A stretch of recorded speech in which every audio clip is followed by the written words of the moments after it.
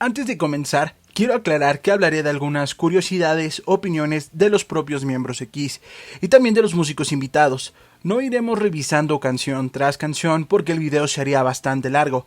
Aún así, esta información aquí presentada es por demás interesante y no tomamos ninguna postura referente a las opiniones aquí reflejadas. Sin más, vamos a comenzar. La sinergia y química de una banda como Kiss siempre se relaciona a los cuatro originales, Paul, Ace, Peter y Gene.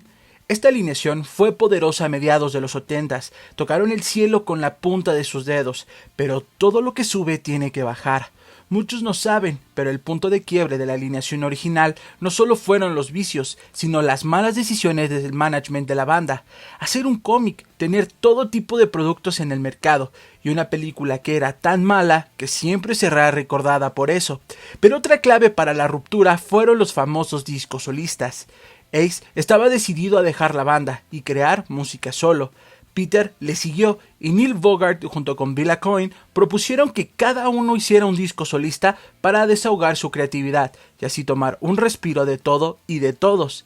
Nadie se metería en la composición del otro, pero saldrían con el nombre de Kiss. Toda la información aquí mencionada fue extraída del libro Behind the Makeup y así comenzamos esta historia. Paul se propuso hacer un disco enteramente de hard rock que se apegara a esas raíces rockeras del Starchild. Paul trajo a músicos que ya habían contribuido en Kiss, tal es el caso de Bob Kulick, además de Carmine Appice, quien se dice audicionó para Kiss. Este disco en particular demuestra quién es el cerebro creativo y el jefe musical de la banda hasta ese entonces, pues no podemos negar que el disco de Paul es un claro ejemplo de hard rock puro y duro. Gracias a este disco, Paul descubrió a un trío de cantantes cuyo nombre era Desmond Child and Rush, el cual Desmond Child era tecladista, compositor y cantante de dicha agrupación.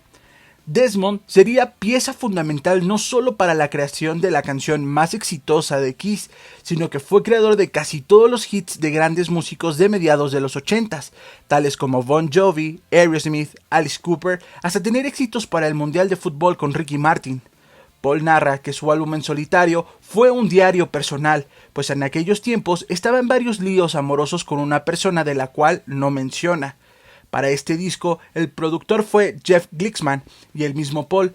Los músicos fueron Bob Kulick a la guitarra, Eric Nelson y Steve Buzzlow en el bajo, Craig Crampar, Richie Fontana y Carmine Appice a la batería, y Doug Castros al teclado. Según Bob Kulick, este disco es una prueba del hard rock que corría por las venas de Paul. Por momentos tenía toques muy de Led Zeppelin, pero también tenía ese talento nato de Paul para las canciones de amor. El disco originalmente iba a ser producido por Ron Nevison, pero por problemas de agenda esto no fue posible. Michael Japp sirvió como coautor de muchos de los temas, pero lo más interesante, ¿qué opinaban los otros miembros de Kiss del disco? Esto lo veremos a lo largo de los álbumes restantes. Gene Simmons. El disco de Paul me encanta, le doy 4 estrellas. El motivo de esas 4 estrellas es que tiene temas muy crudos y buenos como Tonight You Belong to Me. It's Alright también es un gran tema, pero detesto cuando Paul se pone dulzón, ya sabes, como Would You Like to Know Me o Hold Me Touch Me. Eso es algo que me incomoda demasiado de Paul, pero en general es de los mejores junto con el de Ace. Ace Frehley. Le doy 5 estrellas. La verdad es que es el segundo mejor disco solista. El mío es el mejor. Paul Stanley. Si hubiera una sexta estrella, claro que se la pondría, pero es un disco que me encanta, y claro, le doy sus 5 estrellas. El disco de Starchild vendió más de 1 millón de copias. Además, los fans lo catalogan como uno de los mejores discos solistas, y que Paul es parte fundamental o el cerebro de Kiss, y la imagen solamente lo es el señor Gene Simmons.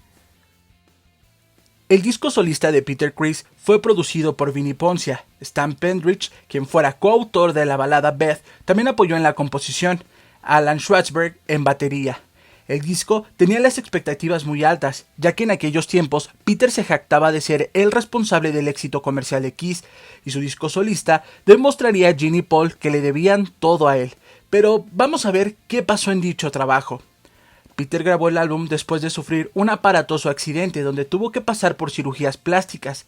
Se rompió las costillas, los dedos y usaba diferentes aparatos médicos para poder grabar dicho trabajo. En aquellos días, Peter y Vinnie Poncia tenían una sinergia increíble, que para él quedó plasmada en el disco. Este álbum de Peter tiene muy claras sus influencias que lo hacen sonar totalmente diferente a sus aportaciones en Kiss.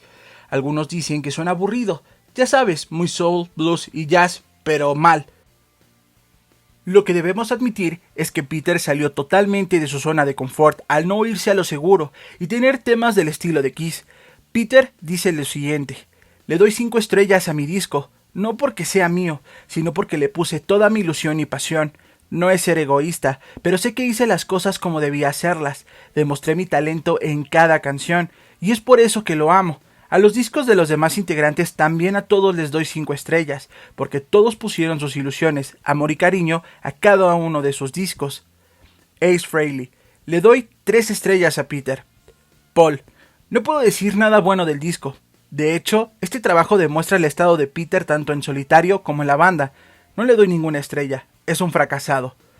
Gene Simmons: le doy 0 estrellas. Es doloroso, porque el sujeto que le ayudó a escribir y a componer parece que no sabía qué es lo que hacía. Es doloroso porque amo la voz de Peter, esa voz ronca de whisky. Fue un talento totalmente desperdiciado. De los discos solistas, el de Peter fue el único que tuvo 2 singles promocionales.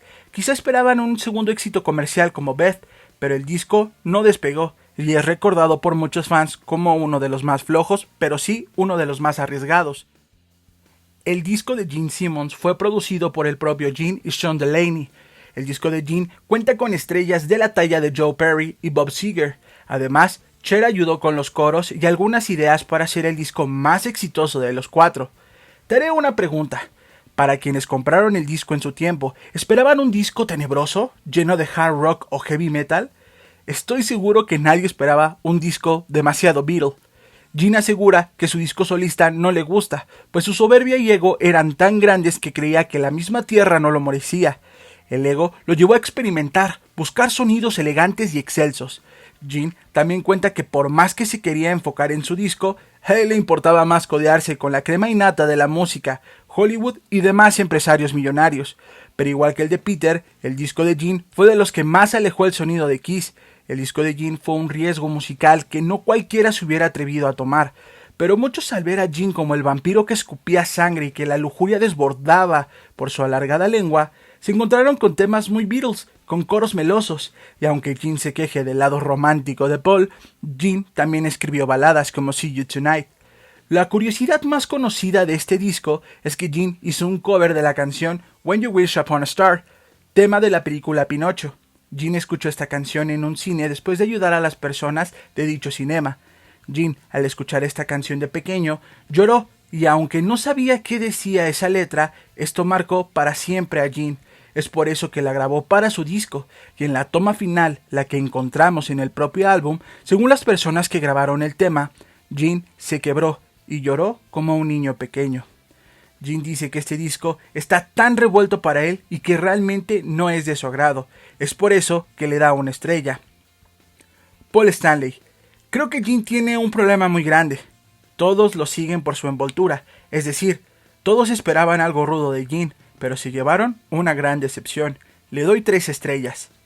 Ace Frehley: le doy 3 estrellas. Como productor, el legendario Eddie Kramer y Anton Fig como batería. Ellos fueron parte de la fórmula ganadora. Ace cuenta que este disco le dio demasiada confianza, ya que se encontraba en un punto muy inseguro. Recién había cantado Shock Me y la gente se estaba acostumbrando a la voz de Ace. El disco de Frehley fue la sorpresa mayor, ya que decir el guitarrista tímido que escribía canciones pero no las cantaba, ahora tomó la confianza para demostrar su creatividad. Con Ace pasó lo que George Harrison con The Beatles. El rechazo y la marginación crearon una mente creativa imparable. Eddie Kramer cuenta que es de los discos que más disfrutó producir, pues notaba el espíritu libre de Ace que había sido reprimido por Gene y Paul. Peter Criss cuenta que al escuchar el álbum solitario de Ace, le dijo New York Groove, o onda neoyorquina como se conoció en México, le dijo que sería un éxito, a lo cual Ace le dijo: lárgate de aquí, Peter. Lo curioso es que gracias a este tema, el disco de Ace fue el que entró a las listas de popularidad en el lugar 13. Fue el único disco solista que entró a dicha lista. De hecho, Eddie Kramer dice que el disco de Ace es el único que la gente recuerda y los demás simplemente son de relleno. está bien hecho, sobre todo es el disco que la gente más cariño le tiene. Paul Stanley. El disco de Ace me sorprendió demasiado. Rip It Out es un tema asesino. La verdad es que me encantó descubrir ese lado musical de Ace. Además, fue el más popular de los 4. Le doy 3 estrellas por esa grata sorpresa. Realmente no esperaba nada de él. Gene Simmons. Es un dilema, porque a veces le decía a Ace, canta esta canción, y él no quería aunque fuera suya. El disco no es malo, pero tampoco lo considero excelente. Gracias a él fue que se hizo este proyecto, ya que quería dejar la banda. Es por eso y que por algunas otras cosas le doy 3 estrellas. Ace Frehley. Mi disco fue el mejor, y no solo lo digo por ser yo, lo digo porque fue el más popular, el que más vendió y el que más recuerdan. Gracias a este disco recuperé mi confianza como compositor y guitarrista. Y bueno, cada disco solista salió el 18 de septiembre de 1978. Las portadas fueron creadas por Eraldo Curugati. Cada disco venía con un póster gigante que formaban un rompecabezas. Para los singles promocionales venían unas máscaras de papel. Aunque para Gene y Paul los discos vendieron bien, la realidad es que fueron un fracaso financiero. De cada disco se fabricaron al menos 5 millones de copias, y los fans, al no gustarle tal o cual disco solista, lo regresaban a la tienda. De hecho, a veces entraban en liquidación o hasta se regalaban, debido al stock sobresaturado. Estos discos representan la ruptura total de la banda, pues no se hablaban entre ellos. Para su siguiente disco, Kiss terminaría de cavar su propia tumba, combinando música rock con música disco. Pero esa es otra historia. Recuerda, todo lo que acabas de escuchar es extraído del libro Behind the Makeup, libro autorizado por la propia banda, sobre todo para todos aquellos que piensan que inventamos dicha información. Deja tu like, comparte y comenta para que este canal siga creciendo. Nos vemos en un próximo video. Esto fue Grimetland.